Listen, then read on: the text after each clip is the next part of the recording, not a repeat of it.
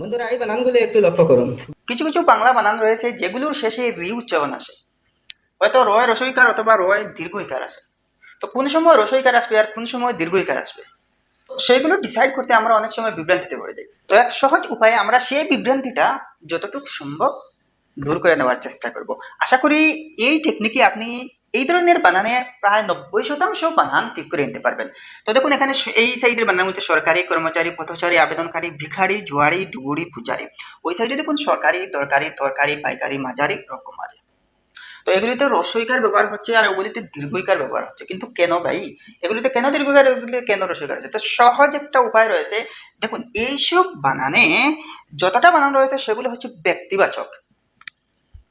এই বানানগুলো হচ্ছে কি ব্যক্তিবাচক, ব্যক্তিবাচক বানান।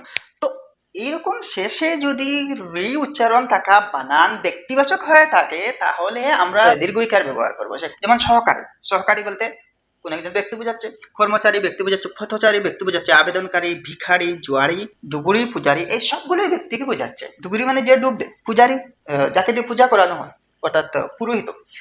তো ওইগুলোতে কি হয়? দীর্ঘইকার হয়, কারণ ওইগুলো ব্যক্তিবাচক। আবার ওই দিকের বানানগুলি দেখুন, ওগুলো অব্যক্তিবাচক, ওই বানানগুলো হচ্ছে অব্যক্তিবাচক।